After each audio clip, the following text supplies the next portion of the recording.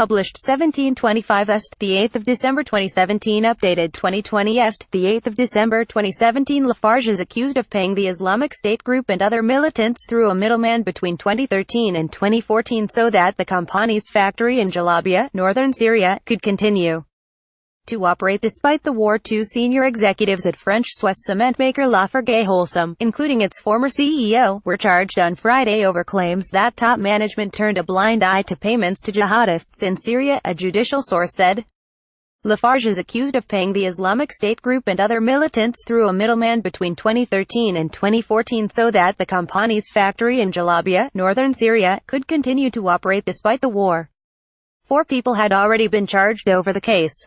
At Friday's hearings in Paris, Bruno Lafont, chief executive from 2007 to 2015, and the group's former Syria chief Christian Harrow, appeared in court and were charged with financing a terrorist organization and endangering the lives of others and remanded in custody.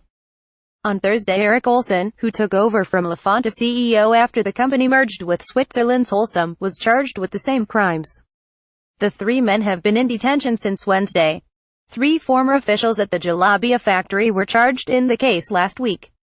Lafarge's Syrian subsidiary Lafarge Cement Syria LCS paid out some $5.6 million €4.7 million between July 2012 and September 2014, according to a report commissioned by LafargeHolcim and seen by AFP. Of this, more than $500,000 went to IS, according to the April report by U.S. consultants Baker McKenzie. Racket. Harrow acknowledged earlier this year that Lafarge was involved in a racket, adding that he kept Lafont regularly informed, according to the report. But Lafont has denied that he knew what was happening, saying things had appeared to be under control. LCS is also suspected of using fake consulting contracts to buy fuel from IS, which took control of most of Syria's strategic oil reserves in June 2013. The factory's former manager Frédéric Jalabiya, who is among those charged, has admitted to buying oil from non-governmental organizations, notably Kurdish and Islamist groups, in violation of the EU embargo declared in 2011. Lafarge hung on in Syria for 2 years after most French companies had left as IS made major territorial gains, most of which the jihadists have since lost.